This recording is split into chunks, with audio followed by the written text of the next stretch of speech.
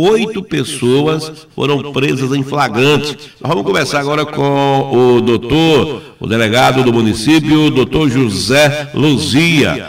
Bom dia, doutor. Bom dia, Edmundo, tudo bom? Tudo bem, amigo. Eu queria que o senhor relatasse, porque muitas pessoas, desde ontem que há uma movimentação na delegacia aqui do município, né, e aí a gente ficou sabendo que essa operação de combate à venda ilegal de gás e combustível. Como é que se deu a prisão dessas pessoas, doutor? Na realidade, Edmundo, foi uma operação que foi desencadeada aqui em toda a área da regional de Belo Jardim.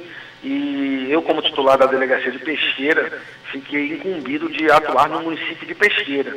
Então, aqui em Pesqueira, nós atuamos 4 pessoas, 2 delas por venda irregular de gás e outras 2 por venda irregular de combustível. Como se deu essa questão da iniciativa desta operação? De quem partiu essa determinação? Isso é uma coisa normal que acontece sempre? Ou havia denúncia da venda desse combustível, desse gás, doutor? Na verdade, havia já algumas informações que foram levadas para a nossa delegada seccional, que é a delegacia seccional aqui da área de Belo Jardim, para a doutora Poliane, e ela então reuniu os delegados aqui da região e resolvemos por bem desencadear essa operação. Cada delegado ficou encarregado de investigar as vendas irregulares de gás e combustível em seu município. Aqui em Pesqueira, então, nós começamos a fazer um levantamento. Sabemos que, obviamente, tem mais pontos, mas por questões de estrutura, ontem nós só pudemos realmente atuar nesses pontos. Inclusive, algumas denúncias chegam de forma até anônima, né? Também para a gente, porque, obviamente, a população fica com medo de se identificar, mas colhemos informações, levantamos informações, efetuamos investigação e soubemos que, no caso do combustível, por exemplo, no povoado de Mutuca, essa situação estava já causando aí assim, uma certa ira até em alguns moradores, porque nos 2 locais, lá no povoado de Mutuca, em que nós encontramos os combustíveis, você chegando lá, você vê que o cheiro, o odor, né, de combustível era grande. E isso aí realmente faz com que demonstra que o risco, né, de um incêndio, uma explosão acontecer no local daquele ali era grande. Então, realmente, apesar dos 2 autuados, né, que foi, no caso, o José Martiniano e também o senhor Livramento, apesar de eles negarem a venda de combustível, ali o tamanho cheiro, a quantidade de garrafas PET encontradas com gasolina, ali a questão da venda irregular de combustível era inquestionável. Mesmo não provando a questão da venda, o armazenamento já é ilegal, doutor? Exatamente. Porque a lei fala que a pessoa, o comerciante, ele tem que ter uma autorização da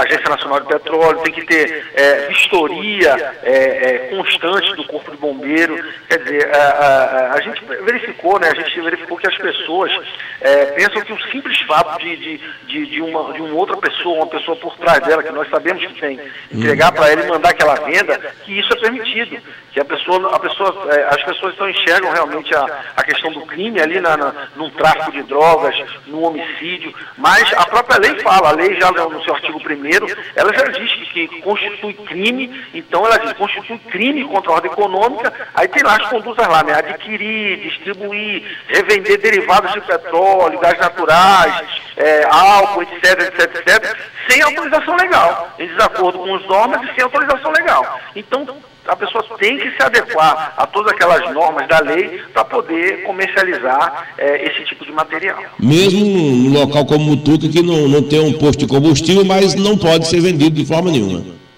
Porque essa questão já se adentra numa questão social, numa questão, né, política, questão governamental, né, uma questão de governo, que aí foge às nossas discussões, porque, obviamente, ele tem a localidade lá, a gente sabe que sofre com isso, não tem um posto de combustível, né, mas é uma questão que tem que ser trabalhada com o governo, é uma questão governamental, mas enquanto a legislação diz que é crime, e se trata de crime, e a pessoa comercializando esse tipo de material, fugindo às normas, desobedecendo às normas, nós, enquanto polícia judiciária, nós temos que fazer a repressão a isso e fazer o nosso trabalho, porque há uma previsão legal que as autoridades constituídas devem combater esse tipo de situação. Agora, com relação à questão da inexistência de posto, inexistência de revenda de gás, aí é uma questão governamental que refoge ao nosso, né, trabalhar com esse tipo de situação, que deve trabalhar com prefeitos locais, com o governo, incentivar para que chegue esse tipo de comércio legal na região. Doutor, para encerrar, esse pessoal, que tipo nesse caso aí, a prisão é em flagrante, é liberado, como é que foi a situação desses 4 aqui de Pesqueira? Givanildo, primeiramente eu quero te agradecer muito esse espaço, muito mesmo, para que seja divulgado, divulgando esse nosso trabalho aí, divulgando essa conduta, te agradecer bastante, porque na realidade nós sabemos que é comum. E que, na realidade, a lei ela foi bastante rigorosa no sentido de combater essa conduta. Você veja que o crime previsto para esse tipo de conduta é de 1 a 5 anos. Então, como a lei só autoriza arbitramento de fiança pela autoridade policial, pelo delegado, em crimes até 4 anos, então, neste caso, nós estamos tratando de um crime cuja pena máxima é de 5 anos. Isso me impede o delegado de polícia de arbitrar a fiança em sede de delegacia.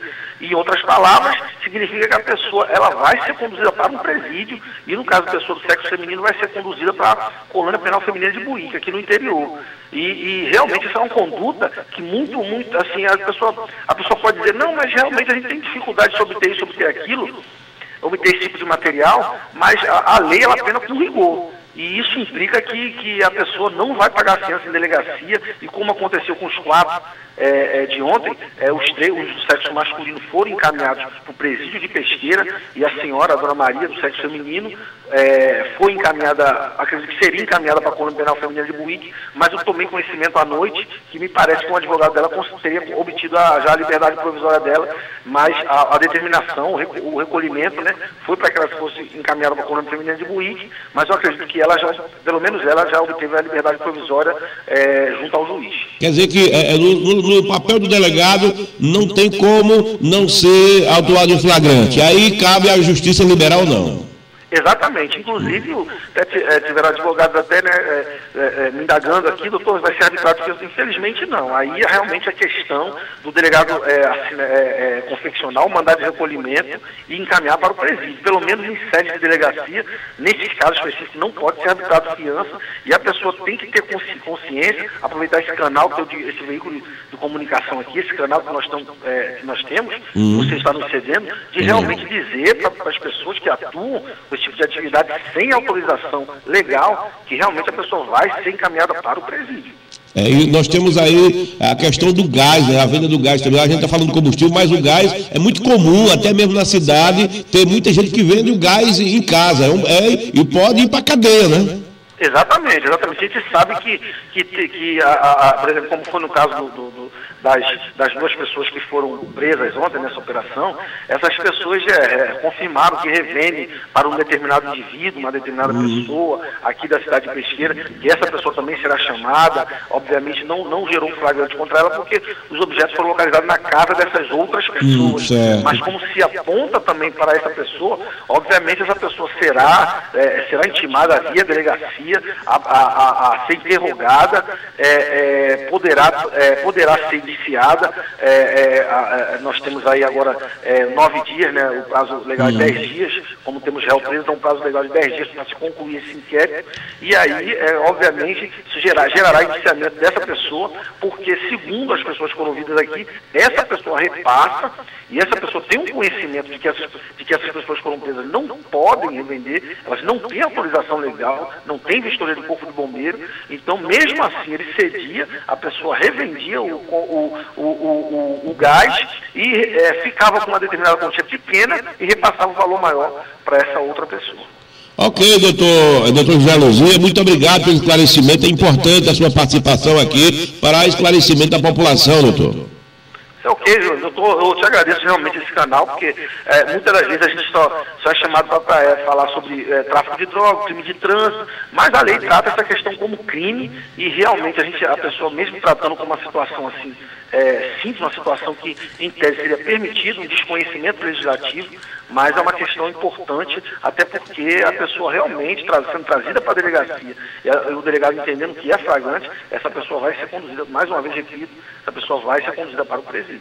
Ok, muito obrigado. Falando com o doutor, delegado, doutor José Luzia, delegado de Pesqueira.